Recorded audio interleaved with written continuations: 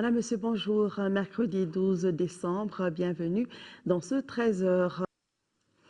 Le président de la République par intérim annonçait dans son message à la nation la nomination d'un nouveau Premier ministre. Le capitaine Sanogo l'a également évoqué tout à l'heure. Eh bien, c'est chose faite depuis hier soir. Diongo Sissoko a été nommé Premier ministre. Il vient juste d'être reçu par le président de la République par intérim pour le professeur Diankouna Traoré. Une rencontre de prise de consigne, a dit Diongo Sissoko, à l'issue d'une audience qui a duré environ 30 minutes. Les premières réactions du Premier ministre, c'est au micro de Sori Ibrahim Keïta. Oui, c'est des consignes. C'est des consignes. Le président m'a dit quelles sont ses priorités. C'est du reste des priorités que je connais déjà, dont j'ai eu à parler hier. Le président m'a réitéré cette priorité, à savoir la récupération du nord de notre pays et l'organisation d'élections crédibles avant la fin de la transition. Et les défis sont énormes, vous le savez déjà. Et certains attendent de vous plus d'agressivité, d'autres veulent que vous gardiez votre personnalité. Et quel schéma vous choisissez? Une ligne médiane. Quand il faut être agressif, je serai agressif. Lorsque ce n'est pas nécessaire, je ne serai pas agressif. Le Premier ministre Diongo Sissoko au micro de Sori Ibrahim Keïta qui nous bossera ce soir dans notre édition de 20h le portrait du nouveau Premier ministre. Les membres de la cellule sectorielle du ministère de la Famille, de la Promotion de la Femme et de l'Enfant ont tenu à Bamako une conférence de débat sur le VIH-Sida financée par ONU Femmes. Cet événement a pour but de sensibiliser les femmes afin de parvenir à zéro discrimination chez les femmes et les filles vivant avec le VIH au Mali. Le reportage est de Rachel Tessougui. Les personnes vivant avec le VIH sont victimes de la discrimination et de la stigmatisation qui limitent leur accès aux services sociaux de base, les empêchant de vivre dignement une vie sociale normale. C'est pour dire non à cette discrimination que les femmes sont réunies pour une conférence débat. L'objectif de cette cérémonie, c'est d'informer un peu notre cible qui sont les femmes, les filles, les enfants. Cette semaine, c'est la semaine de zéro discrimination. L'objectif de la lutte contre le sida, c'est atteindre les 3 zéros. Zéro discrimination, zéro nouvelle infection et zéro décès lié au sida.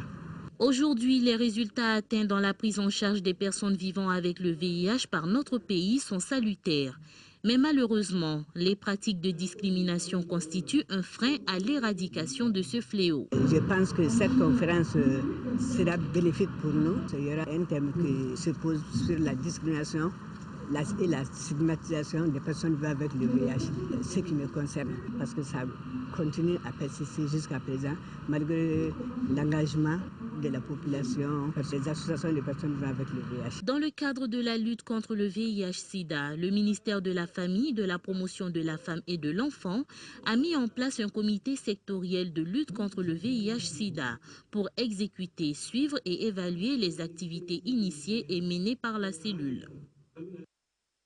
Nous allons à Sikasso où le réseau TIC et Santé a organisé samedi dernier une journée de téléenseignement à l'intention des responsables des districts sanitaires et autres professionnels de la santé. Cette initiative s'inscrit dans le cadre de la 4e édition de la journée nationale de téléenseignement santé pour l'amélioration des soins de santé dans les structures communautaires. Au RTM Sikasso, le reportage de Daouda Diakité. Plus de 80% des besoins de santé des populations du Mali sont pris en charge par des structures socio-sanitaires de base.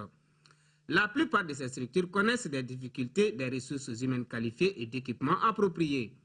Pour pallier ces contraintes et permettre aux professionnels de la santé de profiter des multiples possibilités des nouvelles technologies de l'information et de la communication, le réseau TIC et Santé s'est inscrit dans la dynamique de renforcement des capacités et des compétences des agents socio-sanitaires de base. L'objectif principal, c'est de montrer la faisabilité de beaucoup de choses à travers l'éthique, qu'il s'agisse de la télémédecine, de la téléconsultation et de la téléanatomopathologie. Donc c'est juste pour montrer la faisabilité de ces différentes choses-là à portée des mains. Le thème retenu pour cette 4e édition est « Soutenir les déficits quantitatifs et qualitatifs en corps professoral dans l'enseignement des sciences de la santé au Mali ». Ces nouveaux outils embrassent tous les domaines de la vie quotidienne, spécifiquement le domaine médical, et nous devons par conséquent tout mettre en œuvre pour interpeller d'une part les décideurs afin que la télémédecine se développe de plus en plus et d'autre part nous investir nous-mêmes pour apprendre ces nouvelles technologies et les utiliser au bénéfice de nos malades. La fièvre typhoïde, problématique, diagnostic et thérapeutique, anatomie et sémiotologie élémentaire de la radiographie du thorax et la prise en charge du PALI étaient au centre des communications de la journée de téléenseignement à distance à Sikassou. L'initiative bénéficie du soutien financier de l'Institut international pour la communication et le développement, IICD. Voilà, c'est tout pour cette édition. Merci de l'avoir suivi. Retrouvez ce soir Aïssata Ibrahim Maïga. Quant à moi, je vous donne rendez-vous pour demain 10 h. Merci de votre fidélité et merci de rester de cœur et d'action avec nos compatriotes des régions du Nord vivant sous occupation. Ne les oublions pas. Bonne suite de programme à tous et à demain.